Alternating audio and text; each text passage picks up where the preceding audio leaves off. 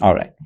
So, kindness and fairness. Fairness, again, you cannot have teamwork without fairness. In fact, nothing works without fairness. And most people have a tough time being fair to people who are not like them, or different religion, different race. Let's be unfair to them. Those people always do this.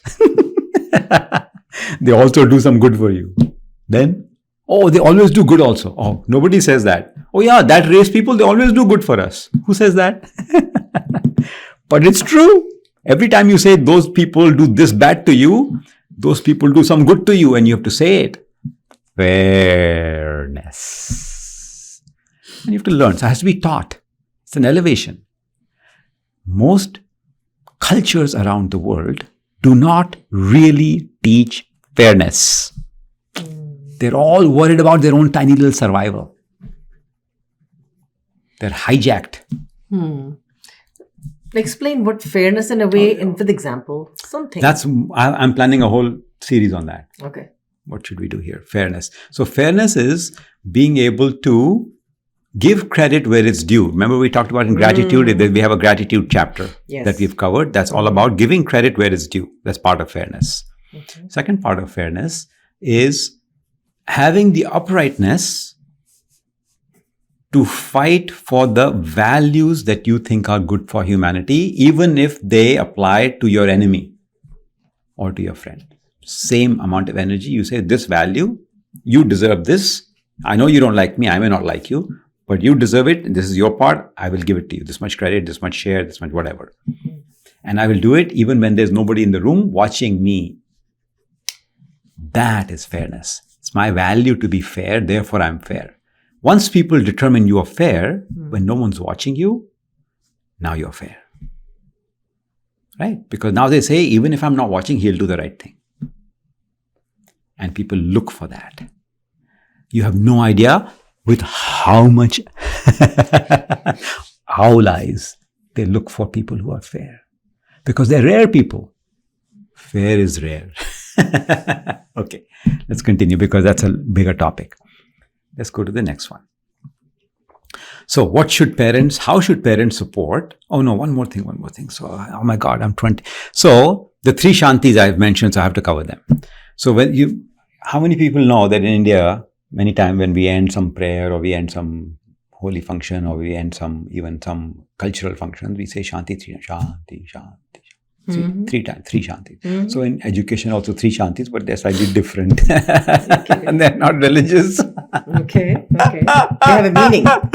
Yeah, meaning the goal here is to be a better student. Right? So what are the 3 Shantis here?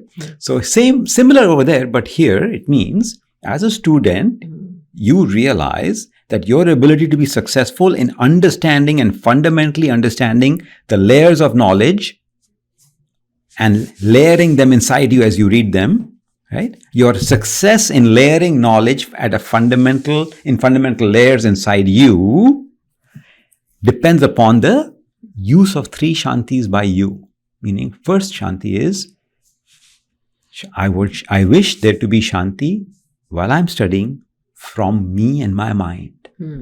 My mind goes, I have to call that person. I have to make some coffee. I have to do this. I have to do that. Right now you're studying. So you compartmentalize. That's out. I want Shanti from my own chatty mind. And its reminders and its worries and things I got to do. Don't need that. I want Shanti from me. Then I want Shanti from you. Meaning people in my environment, in my house. I want Shanti from them. They can play the TV in the other room. That's okay. But don't come and keep disturbing me, talking to me. Let me study. So I have to earn that by saying, I'm sorry, everybody. I'm going to study now. And I'm going to be a little bit focused. So just let me know when the dinner is ready or lunch is ready or whatever the thing, or just bring it to my room for the tea and all. Do not disturb me. Just announce. That's it. Go study. After a while of announcing 2, 3 days, 5 days, 10 days, they will get the pattern. You have to stop announcing. It's okay. They get it. Right? If they don't get it, announce one more time. Keep announcing until they get it. right? Or tell mom or dad. When you see me in the room like this, let other people know not to disturb. Just send my food or whatever in. That's it, right? Dinner, I'll come outside and eat with everybody else. But so here's where you can disturb me. These are the reasons why you can disturb me, not else. That's a fair way. Don't disturb me is undoable. What if there's an emergency? Right? So you have to announce the do not disturb me with the exceptions. Only then you are thought through, buddhi. You know, when you talk about it, I think I also mentioned in one of the shows that my mom and dad, when they used to pray, they did their prayers morning and evening. And that was the time it was a signal for all of us Quieten down. to keep quiet. Not disturb them. Not disturb.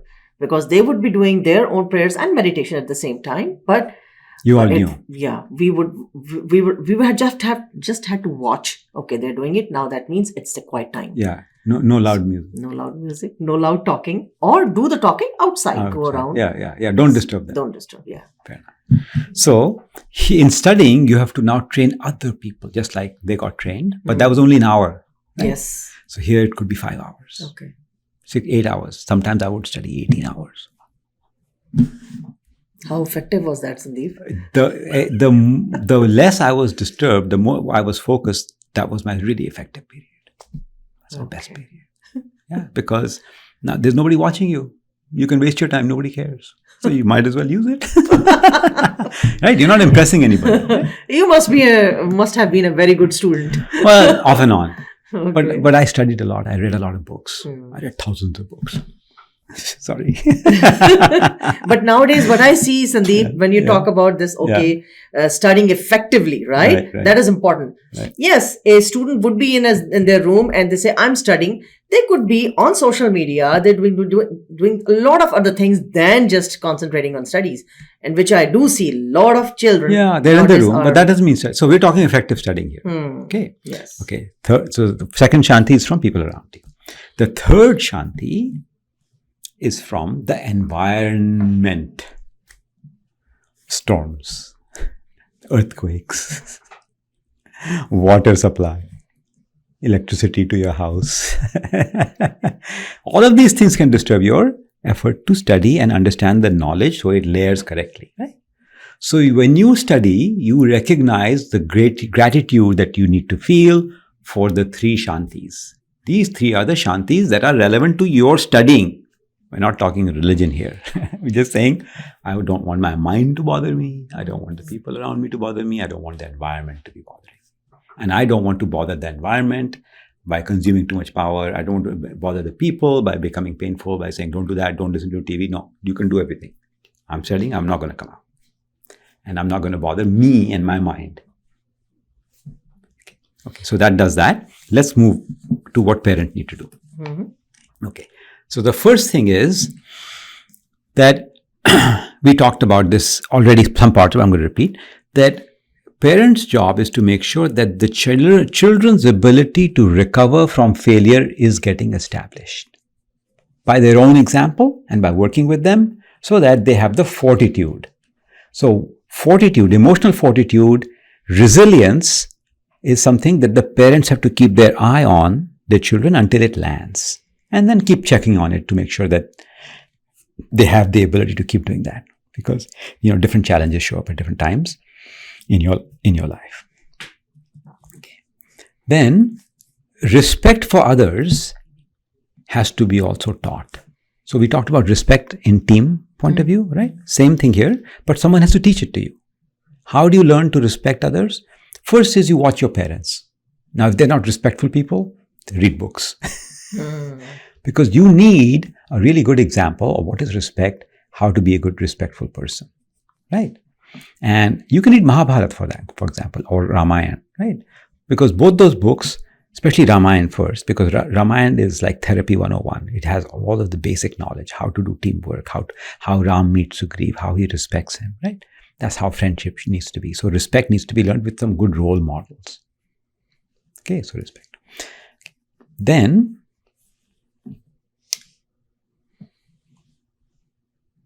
okay. Yeah, Now we're at the right spot. Okay. So those, we just talked about those. Now let's continue with reinforcing the need for the fundamentals to be clear in the child's learning, especially starting from age 5. Okay.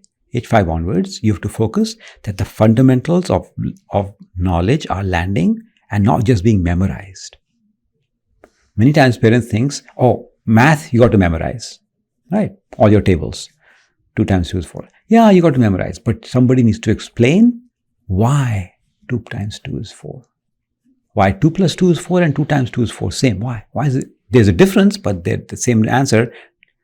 That difference has to be clarified in the child's mind, because the child is already questioning. He's in his mind is thinking, how come 2 plus 2 is 4 and 2 times 2 is 4? How can that be when 3 plus 3 is 6 and 3 times 3 is 9? Curiosity. The question is that you have to ask the question, make sure its fundamentals have to be clear. Okay, that's your job as a parent. Starting from there.